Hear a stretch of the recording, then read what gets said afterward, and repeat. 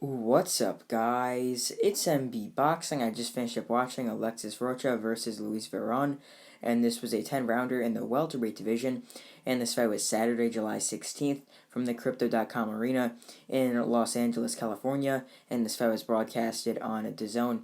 And in this fight, Alexis Rocha was able to get a wide and dominant unanimous decision victory over Luis Veron.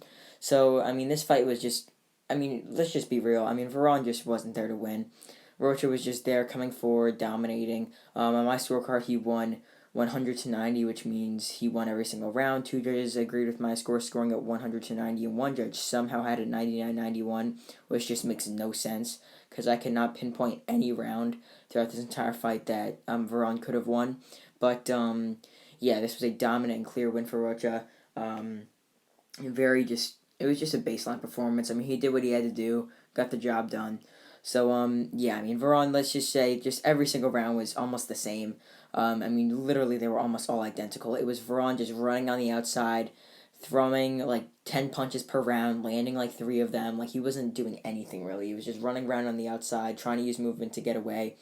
Rocha was just coming forward, throwing combinations, trying to break down Veron, trying to just pressure him. That was literally every single round. I didn't even need to go in depth of each round. That was literally every single round. But one moment in the fight that was sort of key was in round 5, where Veron sort of was hurt a bit as he was getting backed up with big combinations from Rocha. He was hurt. He almost took a knee, actually, it looked like. His knee almost did touch with some of the combinations Rocha was throwing. So that was the one round where Veron was pretty hurt in. But otherwise, he was just running around, getting hit with shots, not doing much, not throwing back, and just not really showing that he had the will to win that night or this night. He was really just showing that he wanted to keep that sort of streak of losing to solid fighters, but then just not getting knocked out. Because I'm pretty sure a lot of his losses, especially his recent losses, are to guys who are very solid fighters, and he has not got stopped by any of them. So now I believe his record is 19-5, whilst I think Rocha improves to 20-1, I'm pretty sure, unless he's now 21-1, something like that. I'm pretty sure his record's 20-1 as of now.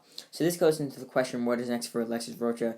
So I have a lot of opponents that I did write down that could be next for him.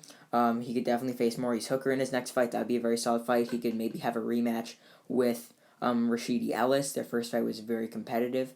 Or he could face maybe Edgedis Kavaliauskas. That would be a very, very fun DAZN main event or co-main event.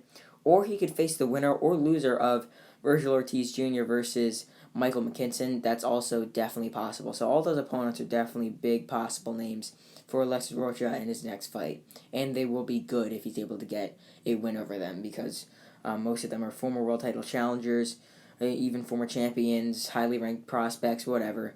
They're all very, very good fighters. But as for Luis Veron, there's either two options for him. He's either going to go back to Argentina, take on some lower level competition, or he's going to go back, obviously, here in the United States and take on a top level, maybe undefeated fighter or just high ranked fighter like Rocha, and then get dominated and then lose a decision just like this. It's either that or he goes back to Argentina and faces some lower level competition. And that's really all for Veron. So overall, Alexis Rocha dominates Luis Veron, getting a wide and clear unanimous decision victory to get yet another victory since his loss to Rashidi Ellis.